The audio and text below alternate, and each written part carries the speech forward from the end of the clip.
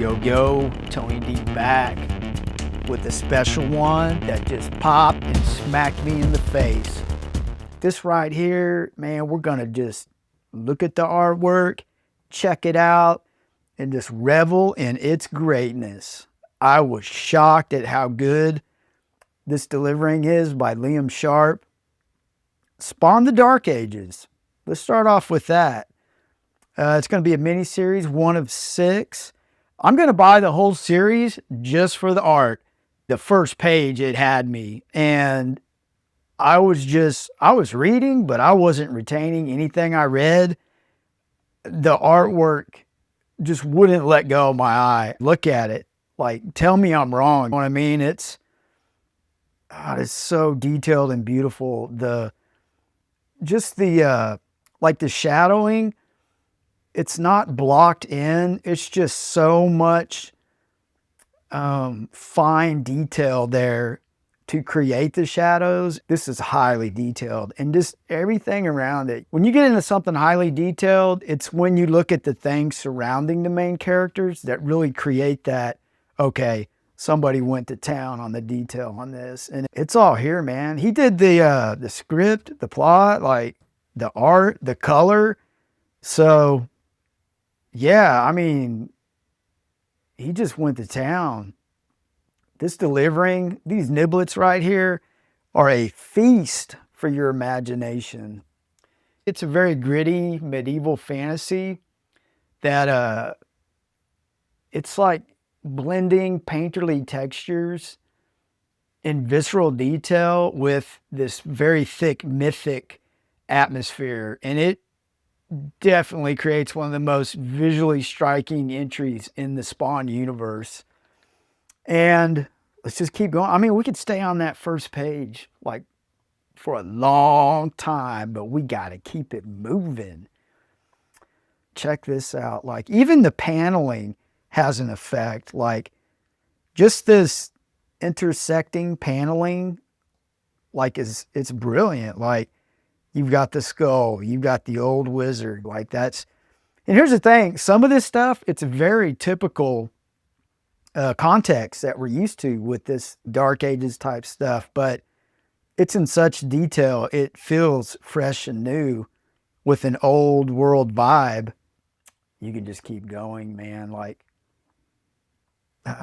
let's like, see what I mean by the paneling? It creates purpose as well with the intricate detail. Just, it creates a cinematic effect. Wow.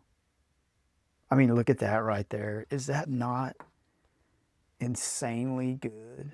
It's the areas that are dark that really, it's hard for me to like describe it.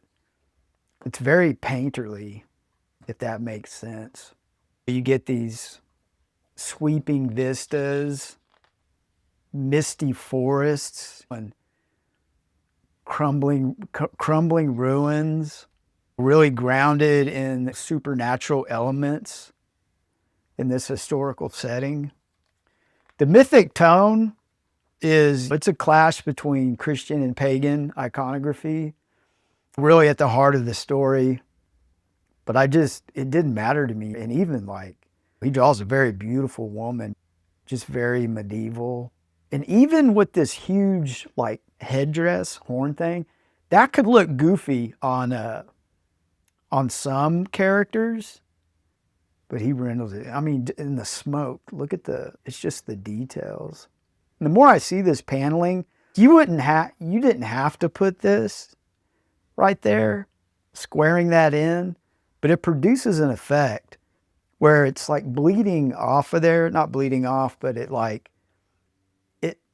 gives like a larger than life type feel, like it's bursting out of the paneling. It's not bursting, it's a very gentle, subtle flow.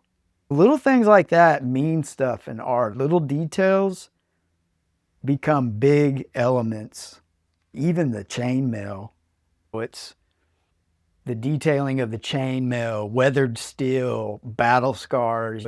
It helps to convey nobility and vulnerability with the battle-worn hero. And even right here, just this pile of bodies, like even right there, like he's biting his hand, like maybe he's trying to wake up.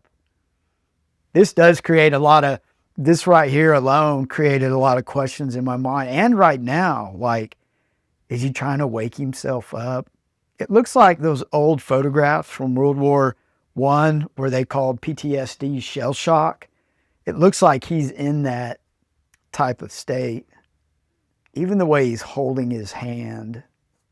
Yeah, here's this, like a beautiful chick, man. Like, you can draw the trashy females that's just there just to produce the over sexualization, just to try to sell stuff. But classy stuff like that, I totally dig it. It's way better. I think it's more appealing like that than just straight up in your face. It's incredible, the detail. Is she wearing chainmail? Oh, when we get to this, the Hellspawn Earl King, very standout design. He's towering, antlered and cloaked, in shadows mostly. He's very sharp. Sharp is fusing Celtic myth with Spawn's demonic aesthetic. Blends very well. He's producing a creature that feels ancient yet terrifyingly alive, which is very important in the telling of this story, but you don't need words. You can just tell it through the artwork. It's not just detailed, it's telling a story. Like, very imposing figure. Like, even the hand, like, it's almost as big as him. This gives you a sense of depth. Even the colors. Look at the very muted, like purple violets. Really invoking that tone of what's going on here, where it's not battle time, it's reflecting, planning. And then you get this contrast of colors, like the like hell colors, fiery warmth with the cool contrast. Yeah, and he explains, like, that reminded me of Death Dealer. That's a very famous painting. I believe it's Boris Vallejo. His musculature is just, it's so detailed, it's just, you can't get away from it. It's like a trap for your eyes. Yeah, just, and the depth that he creates here, like looking out upon this, and then there's more of that.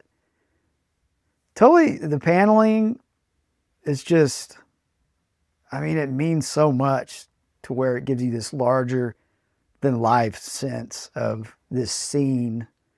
Very, very cinematic. And really, as far as the story goes, he's like making a deal with this Hellspawn to achieve what they need to achieve. And he's surprised by his general surprise that he would get with. And the Hellspawn is actually, it almost looks like it could get bigger. Like, it's intentionally drawn with some, I mean, it's not skinny, of course, but just by the way it's rendered, it looks like he could grow bigger. Like that will happen. I bet we'll see some artwork in future issues where you see him more muscular and bigger. Because if it's a Hellspawn, he has to have the symbiote. And it doesn't really feel like he has the symbiote, like it's not on him yet, but it's like he still has a very symbiotic look to the face. I mean, he's like a Frankenstein type, very necrotic. So that was, and then we get to the end. I love the color, the muted to this warmth. This warm color gives you a false sense of security here. And yeah, I just had to do a video on this. The artwork was so stunning. It's just very worthy of what you're paying for. Highly recommend that if you're into the arts. This is definitely worth your money, even more, man, really. But I got a feeling that the next issues will deliver as well. Like I said, as far as the story goes, I got lost in it, really. Like, it didn't matter. I just know that this guy is teaming up with a hellspawn to achieve an end which will have battling. But there you go. Liam Sharp. Thanks, dude.